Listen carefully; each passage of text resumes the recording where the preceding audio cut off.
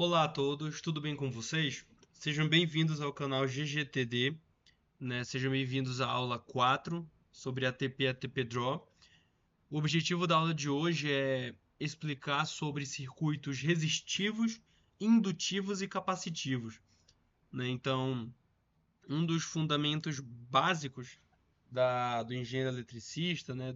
Enfim, de qualquer pessoa relacionado com a eletricidade e sistemas elétricos, não só no estudo de transitórios, né, é entender o que é um circuito resistivo, indutivo e capacitivo, né? Quais são as suas características. E aqui nos transitórios eletromagnéticos não é diferente. Então eu me chamo Wendler Matos, sou engenheiro eletricista e vamos começar. O objetivo do vídeo, né, como eu já falei, eu vou apresentar o que é um circuito resistivo, o que é um circuito indutivo, capacitivo e, por fim, como que a gente monta, né, o que seria uma impedância complexa, tá? O objetivo deste vídeo é ser um vídeo curto, tá? Um vídeo direto, sem tanta complexidade na teoria. É mais para começar os primeiros circuitos no ATP. Então, circuitos resistivos. Então, no circuito puramente resistivo, a gente tem apenas o elemento resistor, né, que caracteriza o circuito. O que é importante saber? A defasagem angular, ou seja, a diferença no ângulo entre a tensão elétrica no circuito e a corrente que tem no circuito, é nula, ou seja, 0 graus.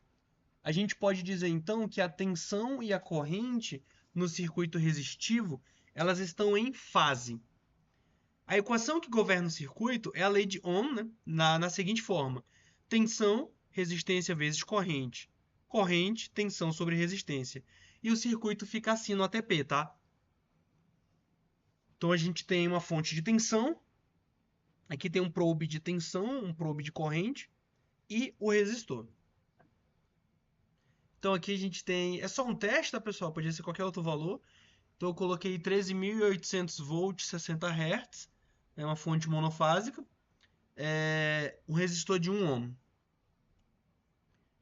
E a resposta é isso aqui. Por que eu só estou vendo um gráfico, né? uma onda? É porque o que acontece? Foi proposital. Se a gente vier aqui, deixa eu ver se eu consigo. Vamos fazer um teste aqui. O objetivo basicamente foi esse aqui, pessoal. Então a gente tem que tensão. Desculpa aí a letra, tá? É resistência vezes corrente, certo?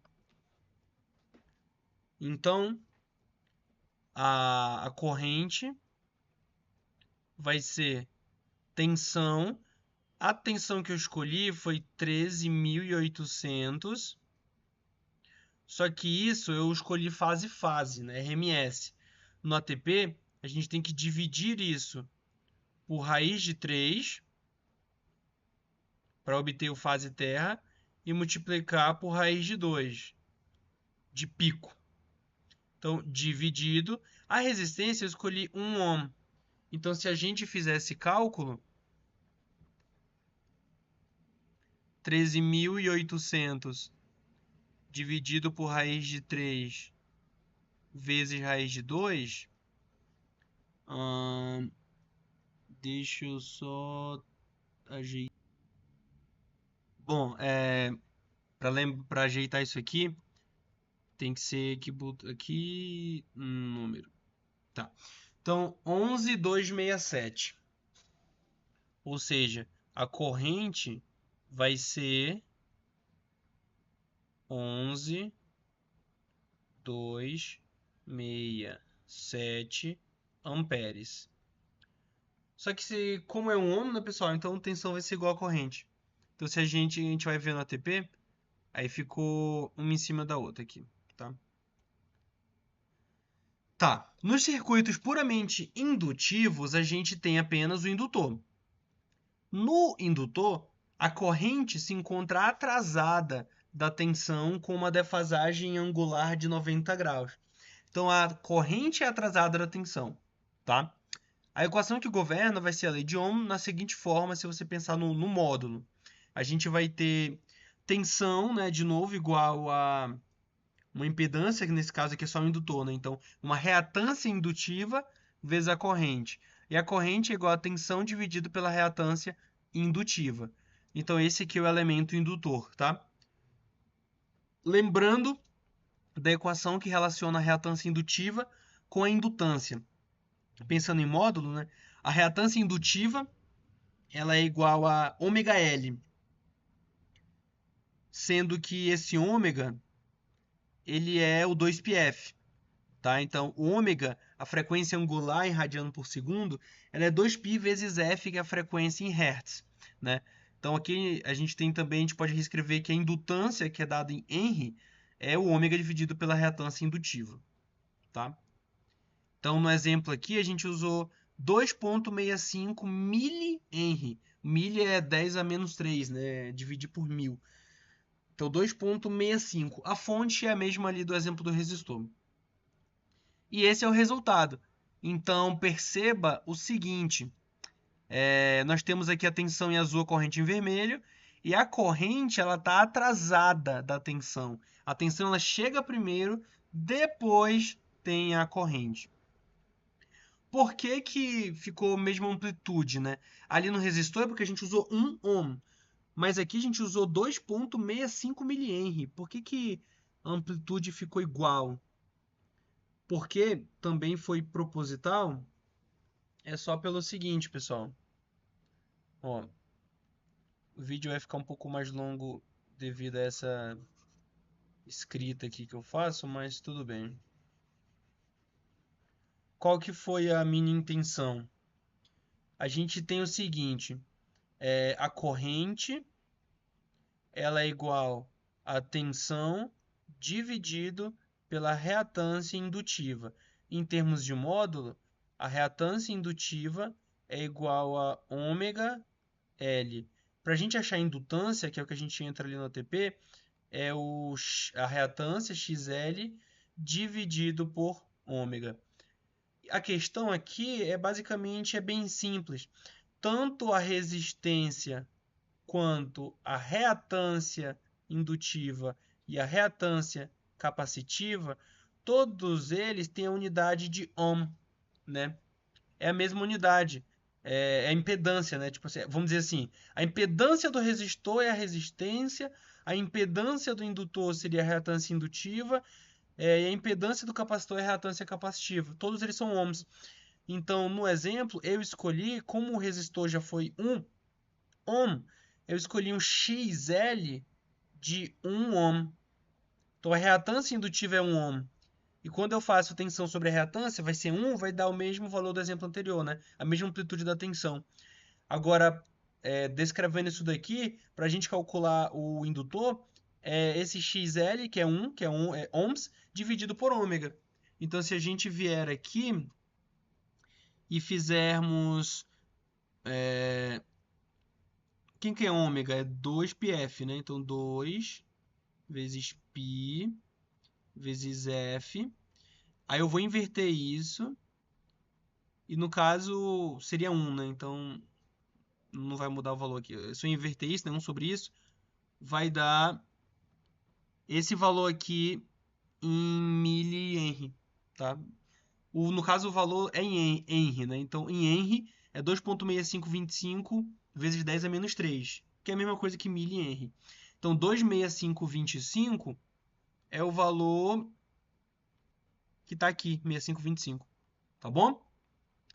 Por fim, o circuito capacitivo, no circuito puramente capacitivo, a gente vai ter apenas o capacitor. A corrente ela se encontra adiantada da tensão com uma defasagem angular de 90 graus, né? Adiantada, não atrasada como no indutor. A equação que governa é a lei de Ohm na seguinte forma, em módulo. Mesma coisa de sempre, só que agora temos a reatância capacitiva.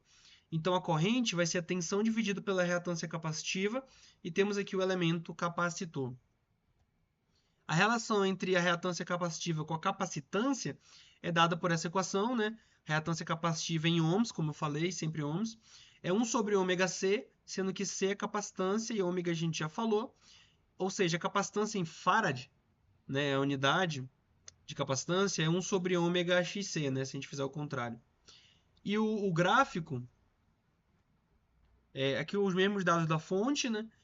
E no capacitor eu usei 2,65, perdão, 2.652 microfarad, tá? O gráfico ficou assim. Observe agora que a corrente, que é o vermelho, ela vem antes da tensão. Então ela está adiantada, tá? Mesma coisa, por que a amplitude deu igual? Mesmo exemplo da questão que eu falei do indutor, tá? Só para refazer aqui, para poder fixar bastante o conceito. Vamos lá. A corrente, ela é a tensão pela reatância capacitiva. Reatância capacitiva continua sendo dada em ohms. Então eu escolhi uma reatância capacitiva de 1 ohm. Por isso que a amplitude da corrente está igual à tensão, né? Aqui, 1 para 1. Fazendo isso, a gente calcula a capacitância, fazendo 1 sobre ômega xc, que é 1 ohm, tá? Então, se a gente fizer, vamos lá, ômega, né? 2 vezes π vezes 60 Hz. No caso é 1 ohm, né? Então multiplica por 1. Se eu inverter isso, deu esse valor em farad, né? Farad. Ou seja, a gente teve que a capacitância foi 2,6525 vezes 10 a menos 3, que foi o resultado que deu. Isso em farad. Só que a gente tem que lembrar que 1 microfarad, que é a unidade lá do ATP, é igual a 10 a menos 6 farad, certo? Então, o que acontece? 1 micro é igual a 10 a menos 6. Eu tenho o resultado em farad, então eu tenho que multiplicar esse cara por 10 a sexta para obter em micro, né? Então, se a gente pegar esse valor, eu vou pegar 10 elevado a 6 e multiplicar 2.652, tá? Microfarad, que foi o valor que está lá no ATP. Beleza? Então foi proposital para ficar bonitinho. Legal. Por fim, a gente falou sempre em termos de módulo ali da reatância capacitiva e indutiva, mas na verdade tudo isso é uma impedância complexa, tá? Quando a gente tem, inicialmente mostramos o XC e o XL em questão de módulo, só a magnitude, mas tem a questão angular, né? Então, em um circuito com elementos resistivos, indutivos e capacitivos, a equação da impedância complexa se torna que a impedância ela não é só o R, não é só o X, né? Seja o XL, que é do indutor, ou o XC do capacitor. Ela é um R mais um JX. A resistência é a parte real e a reatância é uma parte imaginária. Então, reescrevendo isso, a impedância ela é igual a resistência mais um J, né, um número complexo, vezes a diferença entre a reatância indutiva e a reatância capacitiva. Observe que a reatância capacitiva ela é negativa, né? Na verdade, ela é negativa. Isso está relacionado com o fato de, se as duas fossem positivas, então a questão da defasagem angular entre tensão e corrente seria igual, né? Como são diferentes, o indutor a corrente é atrasada, ela é representada positivamente, e no capacitor a corrente ela é adiantada, ela precisa ficar com esse sinal negativo, tá? E reescrevendo na forma final, é a resistência mais um J, o XL na verdade é um ômega-L, e o XC na verdade é 1 sobre ômega-C. Então seria a impedância complexa na sua forma final, tá? Então, sem mais delongas,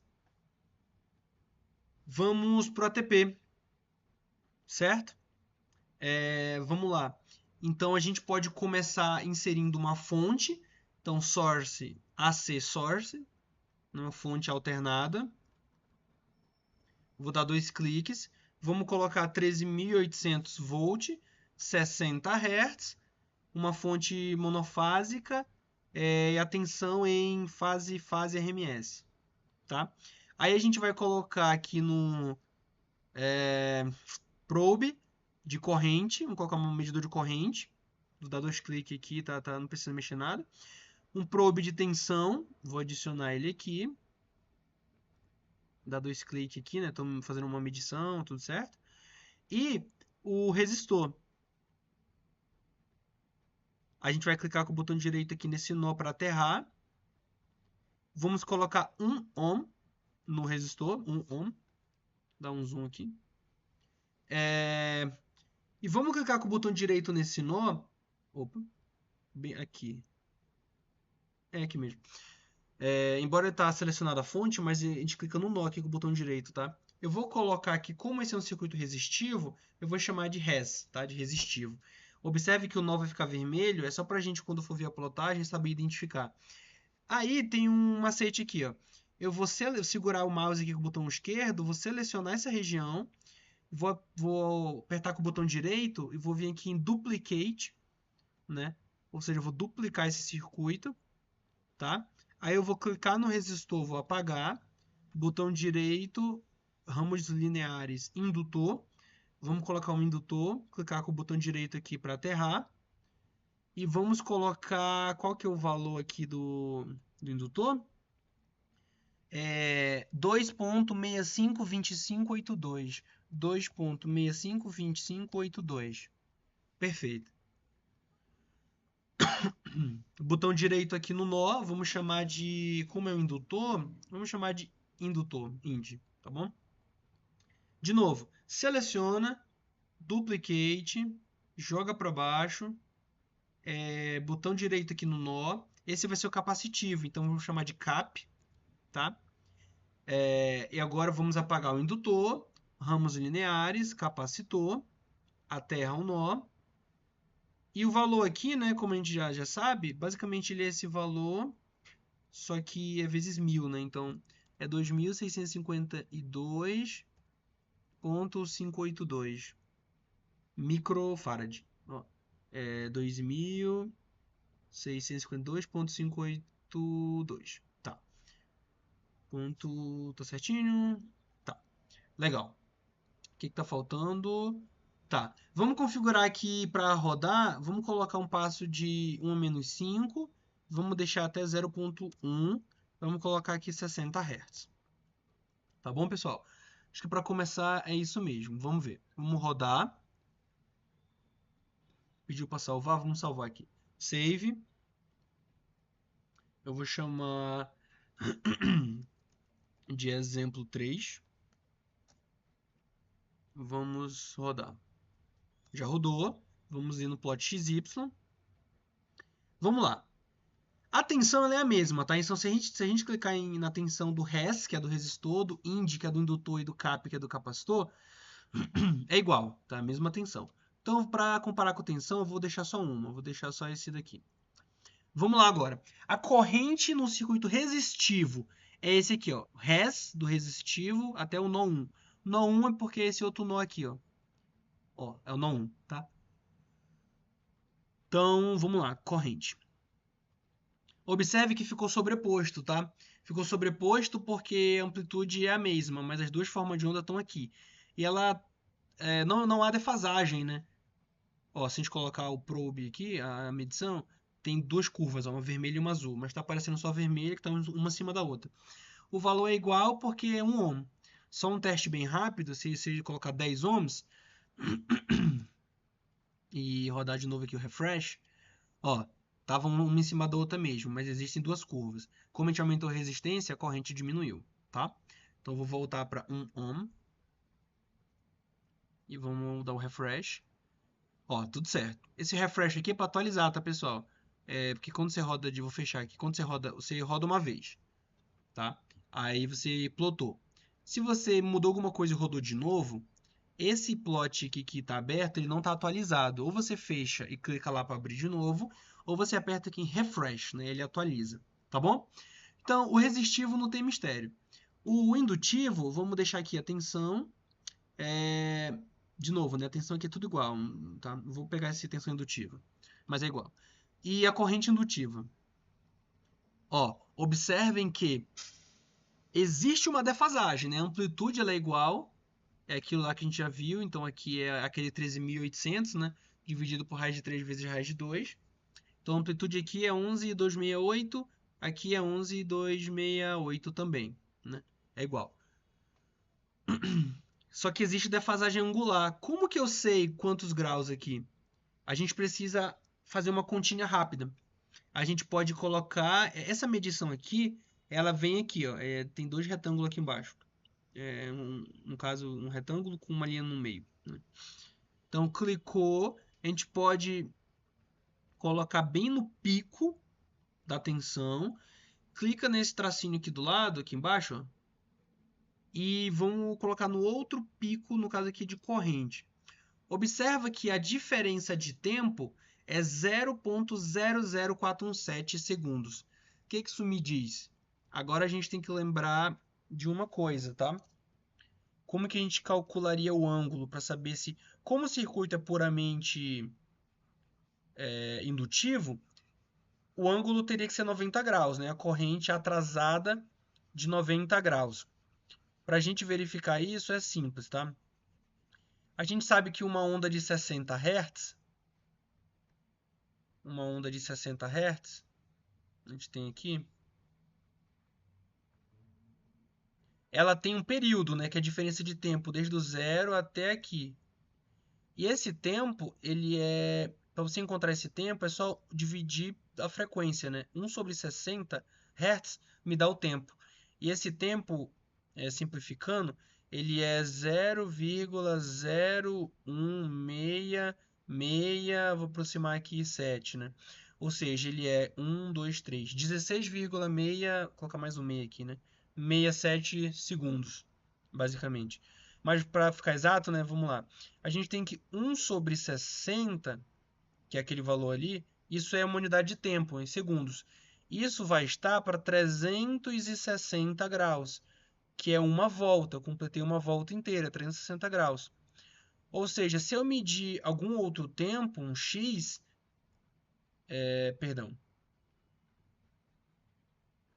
a gente vai ter o valor de tempo, foi o que a gente mediu ali no ATP, tá? Então a gente faz uma medição de tempo, um t, e a gente vai obter aqui um x graus, uma unidade de graus, tá? Então se a gente pegar o tempo do ATP ali, multiplicar por 360 e dividir por 1 sobre 60, que é mais ou menos esse valor, a gente vai ter os graus, tá?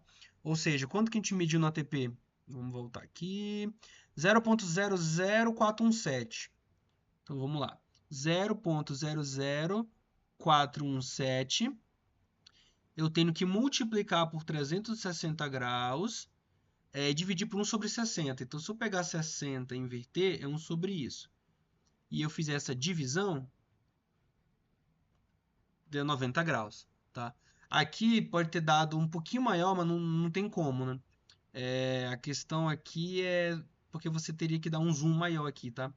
É só uma questão do preciosismo. Teria que dar um zoom bem grande para pegar exatamente o pico, o tempo do pico, dar um zoom aqui, pegar exatamente o tempo do pico para ser bem, né, ser bem certinho.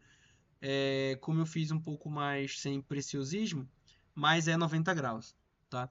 Então 90 graus, a corrente é vermelha, ela está atrasada, ela está depois. Perfeito? Então é isso. Vamos para o último agora, que é o capacitivo. Eu vou colocar aqui a tensão no capacitor e a corrente no capacitor. Perceba que a corrente ela continua em vermelho, só que agora ela vem antes da tensão. Então a corrente está adiantada. Isso é um circuito capacitivo. Só para comparação, se a gente colocar aqui a corrente indutiva, vai ficar de verde. Ó, aqui fica bom de ver. Então a tensão é o azul. No indutor, que é a corrente, o verde aqui, vem depois. Então a corrente está atrasada. No capacitor, que é o vermelho, a corrente vem antes, ela está adiantada, tá? Eu vou tirar aqui o do indutor. Então aqui é o capacitor. Mesma coisa aqui, tá? Se a gente fosse pegar aqui a diferença angular, mais ou menos aqui no pico, mais ou menos aqui no pico, 0,0417, tá? Vai dar 90 graus fazendo aquele mesmo cálculo. Então isso é um circuito puramente capacitivo. Então é isso, tá? A gente tem aqui os 3 tipos de circuito, dá para entender muito bem como que você faz a modelagem aqui no ATP, no ATP Draw. E claro, pessoal, agora você pode brincar, né? Você pode fazer um circuito RL, que é um resistor e um indutor. Você pode fazer um circuito RC, com o resistor e o capacitor. Você pode fazer o circuito LC, com o indutor e o capacitor. Você pode fazer o RLC, né, com o resistor, indutor e capacitor. Então você pode fazer vários outros testes, né? Só um exemplo rápido, eu vou duplicar aqui de novo, mas aí fica para a próxima aula a gente entender melhor isso aqui, tá? Você pode deixar o resistor, por exemplo, e duplicar aqui o indutor, né? Eu vou tirar aqui esse terra, vou arrastar para cá. Agora eu tenho um circuito RL, tá bom? 1 ohm de reatância indutiva e 1 ohm de resistência. Vamos chamar aqui o nó de RL, resistor indutor. Então, se a gente pegar agora essa tensão RL e essa corrente no RL, ó, observa que, como aumentou a impedância, a corrente caiu um pouco, não é mais igual a tensão. E existe uma defasagem. Qual que é essa defasagem? Você pode fazer o cálculo, né? O cálculo certinho, mas pelo ATP, assim, mais ou menos, sem tanto preciosismo, 0,0216. Então a gente vem aqui, 0,00216, multiplica por 360, divide por 1 sobre 60. Então 1 sobre 60 divide 46 graus, tá? Se eu não me engano, se fizer o cálculo certinho e for preciosista aqui no ATP, para você pegar exatamente o pico, dá 45 graus, tá?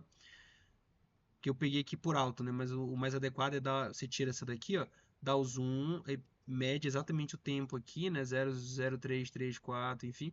Aí você dá um zoom aqui, mede exatamente o pico aqui, subtrai e aí você faz o cálculo, tá? Mas aí você pode fazer o teste que você quiser para ir entendendo. Eu vou fazer mais um último aqui, para ficar aquele gostinho de quero mais, né? Porque isso aqui é muito interessante e isso está associado a muitos fenômenos eletromagnéticos também. Eu vou tirar o resistor e vou duplicar o capacitor. Eu vou fazer um circuito LC. Então eu vou dar um nome aqui de LC. Se eu rodar, eu vou dar o refresh. Quando eu der o refresh, como eu já tinha plotado isso do RL, ele plota de novo, né? Então eu vou clicar aqui para tirar. Tensão no LC, corrente no LC. Olha o que aconteceu. Olha que interessante. O que vocês acham que aconteceu? Bom, a corrente